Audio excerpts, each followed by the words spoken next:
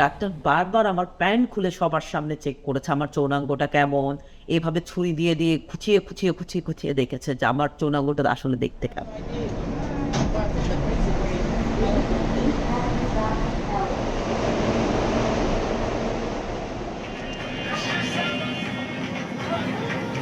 আমি যখন দেশে ছিলাম ডাক্তারের কাছে যেতাম, ডাক্তার আমাকে disorder of sex development patient হিসেবে চেনে। সাধারণ অপমর জনতা আমাকে থার্ড জেন্ডার হিসেবে চেনে। আমার দেশের রাষ্ট্রীয় প্রশাসন আমাকে হিজড়া লিঙ্গ হিসেবে চেনে। আমি যখন আমেরিকাতে আসি আমার আরেকটা নতুন পরিচয় হয়েছে, সেটা হচ্ছে আমি একজন রিফিউজি। এখন আমার অনেকগুলো পরিচয়ের মধ্যে আমার মানুষ পরিচয়টাই নাই। আমি শিহাব, আমি একজন ইন্টারসেক্স পার্সন। আমার শৈশবের যতটুকু স্মৃতি মনে পড়ে, আমার নিকট আত্মীয় স্বজনরা, আমার পাড়া প্রতিবেশীরা চকলেটের লোভ দেখিয়ে জোর করে আমার প্যান্ট খোলার চেষ্টা করত। আমি চরম পর্যায়ে বুলিংয়ের শিকার হয়েছি। আমার সহপাঠীরা জোরপূর্বকভাবে আমার শরীরে হাত দেওয়ার চেষ্টা করেছে।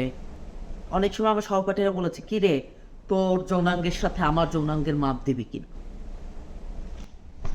আমরা হিজড়া না, আমরা ইন্টারসেক্স পার্সন।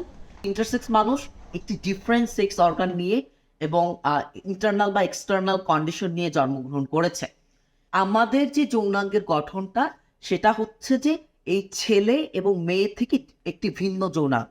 এটা 50 কাইন্ড অফ হতে পারে বা তারও বেশি হতে পারে। ইউএন ফ্যাক্ট শিটের হিসাব অনুযায়ী দেখি পৃথিবীর মোট জনসংখ্যার 1.7 ভাগ পর্যন্ত ইন্টারসেক্স মানুষ হতে পারে। আমার পরিবার মনে করেছিলেন আমাকে যদি একজন ছেলের মতো করে বড় করা হয় তাহলে আমার জীবনটা সহজ হবে। আমার বয়স যখন 18-র নিচে, তখন আমার পরিবার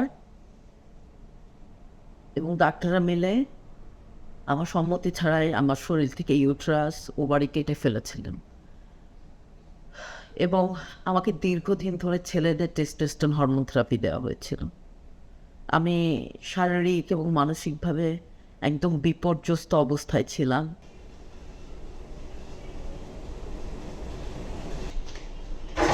আমাকে যখন ইউরোলজি ডিপার্টমেন্টে পাঠানো হয়েছিল, একজন প্রফেসর আমাকে ডাকলেন। সেখানে অনেক ইন্টার্নি ডক্টরদের ক্লাস চলতেছিল। আমাকে বললেন যে তুমি তোমার প্যান্ট খোলো। আমি বললাম, কেন আমি আমার প্যান্ট খুলবো?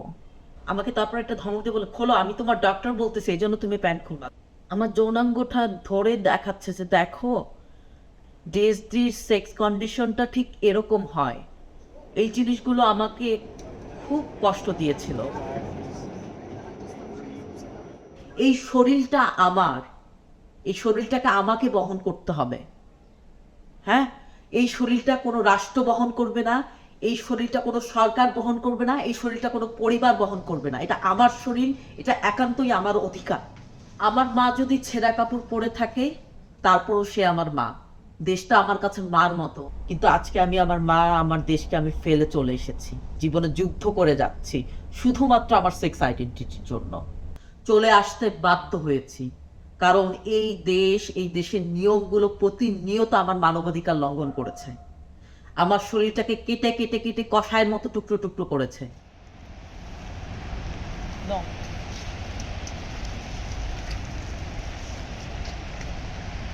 আমাদের সংগঠনের নাম হচ্ছে বাংলাদেশ ইন্টারসেক্স ফ্রন্ট। আমরা গিয়েছিলাম এই সংগঠনটির রেজিস্ট্রেশনের জন্য, কিন্তু বাংলাদেশের পরিপ্রেক্ষিতে কোনো এলজিবিটি আইকিউ সংগঠনকে রেজিস্ট্রেশন দেওয়া হবে না। কাজ করার স্বাধীনতার জায়গাটা নেই এবং আমাদের মানুষরা প্রতিনিয়ত একটি বৈষম্যের মধ্যে দিয়ে যাচ্ছে। See the around house the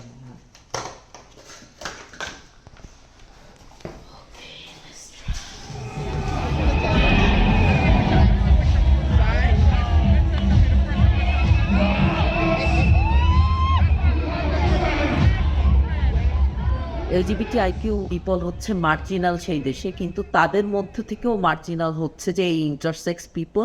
আমি তাদের অধিকার নিয়ে মরণ পর্যন্ত কাজ করে যেতে চাই।